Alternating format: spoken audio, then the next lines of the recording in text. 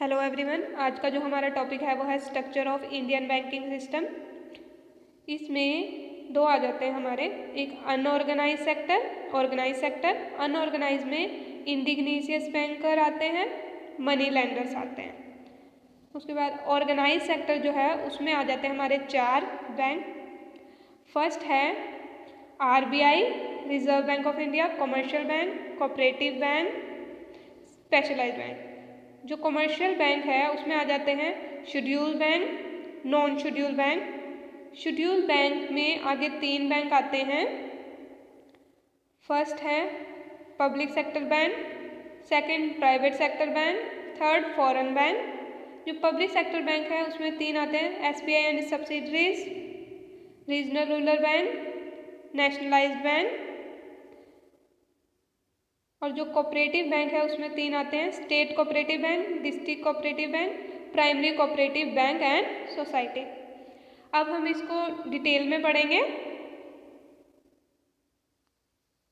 Organise sector, organise sector में RBI आता है। RBI reserve bank of India. RBI जो है एक सेंट्रल बैंक का है कंट्री का। ये अपेक्स फाइनेंशियल इंस्टीट्यूशन है। जो आरबीआई है वो 1 अप्रैल 1935 में आया था और जनवरी 1, 1949 में ये नेशनलाइज्ड हुआ था।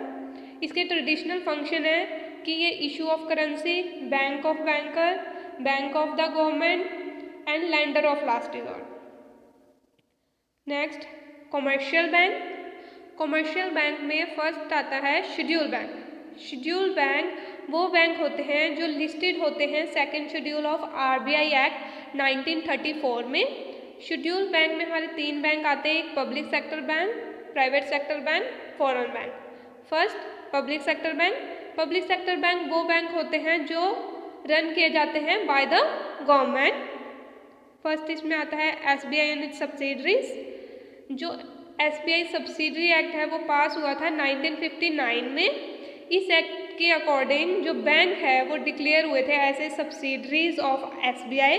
ये बैंक है वो जैसे State Bank of Patiala, State Bank of Hyderabad, State Bank of Bikaner and Jaipur, State Bank of Mysore. ठीक है। Next regional rural bank. Regional rural bank वो बैंक होते हैं जो लोन प्रोवाइड करता है एग्रीकल्चर के लिए, फार्मर्स को या एग्रीकल्चर लेबरर्स को। इससे क्या होता है, इससे रूरल इकोनॉमी भी हमारी बढ़ती है। ये जो है ये रूरल एरिया में लोन प्रोवाइड करता है वीकर सेक्शन को। Next nationalised bank. 1969 में 14 लार्जेस्ट कमर्शियल बैंक नेशनलाइज हुए थे और 1980 में 6 प्राइवेट बैंक नेशनलाइज हुए। फिर वो क्या हुए, वो नेशनलाइज्ड बैंक बन गए। Next private bank.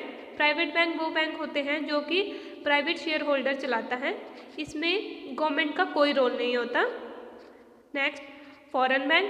Foreign bank वो बैंक होते हैं जो रजिस्टर और इनकॉर्पोरेट जो है आउटसाइड इंडिया हुए हैं बट उनकी ब्रांच इंडिया में है।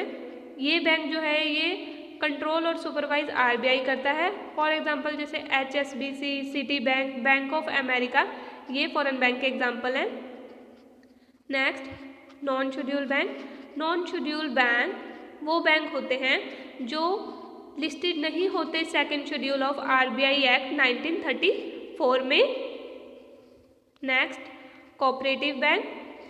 कोऑपरेटिव बैंक वो बैंक होते हैं जो कि नंबर ऑफ इंडिविजुअल जो है वो ज्वाइंटली उसको चलाते हैं। इसमें हर इंडिविजुअल का इक्वल शेयर होता है और जो प्रॉफिट होता है वो भी इक्वली डिस्ट्रीब्यूट किया जाता है शेयर होल्डर्स में। नेक्स्ट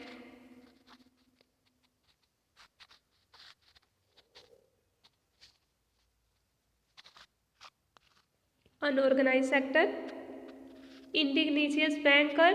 जो इंडिग्निशियस बैंकर है वो लोन प्रोवाइड करता है अगेंस्ट सिक्योरिटी, जैसे कि गोल्ड, ज्वेलरी होगी, लैंड होगी। जो इंडिग्निशियस बैंकर होते हैं ये higher rate of interest charge करता है क्लाइंट से ऑन द बेसिस ऑफ कि सिक्योरिटी क्या ऑफर कर रहा है।